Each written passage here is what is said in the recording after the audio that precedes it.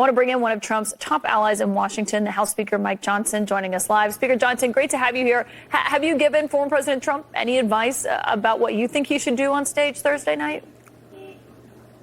Well, I spent some time with him over the last week, and I can tell you he's in a great mood and a great place, and I'm looking forward to the vision that he's going to cast for the country on Thursday night. I think it'll be a big night for him, and I think there'll be a stark contrast between his vision for America, this very positive vision that he wants to cast, and with really, I think, the terribly weak record of President Biden. It's hard to hide from. I think that contrast will be a stark one. Yeah, you've previously said that you have seen a cognitive decline in President Biden, but don't you worry that you and fellow Republicans have set the bar pretty low for him?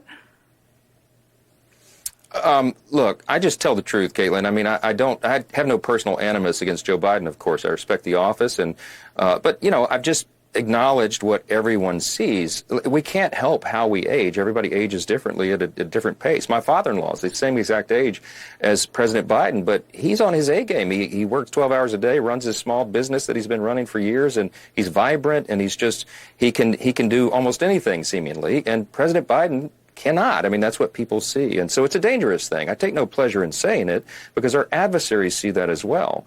And, you know, I think it's going to be a very interesting contrast between these two men. And the interesting thing about this race, Kaitlan, is that both of these men have been president. So you can ignore the rhetoric, you can ignore the talking points, you can look at the record of these two men, and I think that's a really important one as well. But do you think some of the rhetoric, Speaker Johnson, I mean, just knowing you and how you conduct yourself, do you think some of the rhetoric is out of line when people from Trump's team are suggesting that Trump himself, that Biden is going to be on cocaine when he's on that debate stage Thursday night? Look, there's a lot of things that are said in jest. Of course, no one expects that Joe Biden would be on cocaine, but they do ask questions, and I think they're objectively, I mean, I think it makes sense why people are asking, will he be on some sort of energy drinks or something? Okay, look, his energy levels, you can see, vary depending on what format he's in and what forum, and, you know, we expect that he'll do what he did at the State of the Union. He had a lot of energy that night, so that's the Joe Biden I expect to see.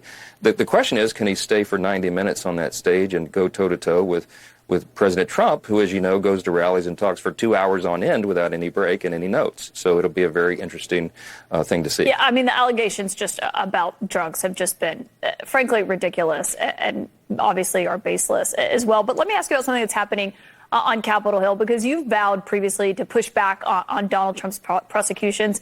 You suggested that the funding of the special counsel's office could be an opportunity for that. But Republican appropriators are not attempting to defund Jack Smith in their latest proposal today. How come? Well, there's a lot of talk about how we get control of the out-of-control special counsels, and I think many of the abuses that we've seen in the system. There's a lot of frustration about that, and it's not just House Republicans, it's all the American people. I'm traveling around the country. I've done campaign events in over 130 cities now in 30 states in the last 6 months, and there's real frustration about that. People see a two-tiered system of justice. That's how they describe it themselves. It's not a Republican talking point. So we've got to bring accountability, because that's the role of Congress under the Constitution. The question is, what's the best and most effective way to do that? So there's a lot of thoughtful discussion and debate. The underlying bill doesn't have the provision in, but there may be amendments. But we have to look at what is actually a lawmaking exercise and not just a messaging exercise, because the times are too important. So a lot of ideas on how to do it. The jury's still out. We'll see. It's not in the underlying bill. I mean, an amendment could be added, but if you really wanted it, you would just put it in the underlying bill. But if it is ultimately in there, is that just a messaging tactic, because it's not actually going to go anywhere and defund the special counsel's office? No, look, it's not a question about what we want. We definitely want to bring the special counsel under control, but there's differences of opinion even among House Republicans on the best way to do that. Do you defund the entire special counsel? Do you believe that you can do that, that you have the ability to do that? No, look, I think there is a role for a special counsel function, and the purpose of it is because, you know, it's the Department of Justice is an executive agency branch, obviously an executive agency in the executive branch, and sometimes there's a conflict of interest. Let's say, for example, Republicans may want to investigate something that Joe Biden did, you know, after he's in office, like they've done with President Trump. We have a special counsel right now that's working on the Hunter Biden matters. The reason you have special counsels is because sometimes there's a conflict of interest within DOJ and the White House. So it has an important function, but it has been abused. I mean, I think Jack Smith has abused his position and what he's done. And I think that bears investigation. I think the funding streams is an important part of that. And that's what Congress is very carefully and deliberately debating. How do you solve the problem without creating a bigger one? And that's what we're going through right now. But are you still debating it if it's not going to be in that underlying proposal that came out from the House Appropriations Committee tonight? I mean, you previously suggested that would be a way to go after Jack Smith. So do you not believe any longer that that is a way to go after the special counsel's office here? No, but it's not about what my personal belief is. It's about what we can actually get enacted into law. And obviously, Chuck Schumer in the Senate would probably not take that up. You and I can both guess that. And I'm sure President Biden would not sign it into law, right? So we have to look at what's reality. I have the smallest margin in U.S. history for about 4.5 months here. I had a 1-vote margin. We are now at 3 because we had a new member take an oath of office tonight, a new Republican. So I'm excited about that. But look, it's the reality of the math that I've got to deal with every day. And what can we actually get enacted? We're trying to get appropriations bills done that reflect our priorities. And if we have things in there that make that tougher, we've got to carefully debate and consider those. That's what's happening right now. That's part of the process. I mean, we've seen that playing out. Marjorie Taylor Greene tonight was saying it was a complete and utter failure of the Republican-controlled House by not doing that. She said she let you know that. But let me ask you about something else, Speaker Johnson, because we understand this evening that the House of Representatives is weighing in and actually taking an official position on what we're on the verge of seeing happening on Monday. Steve Bannon reporting to prison for defying a congressional subpoena and failing to respond to that. Can you confirm that the House is expected to take an official position on that? And if so, what is it? Yeah, I can confirm that. We'll be filing a brief in that legal proceeding. We think that's really important to do.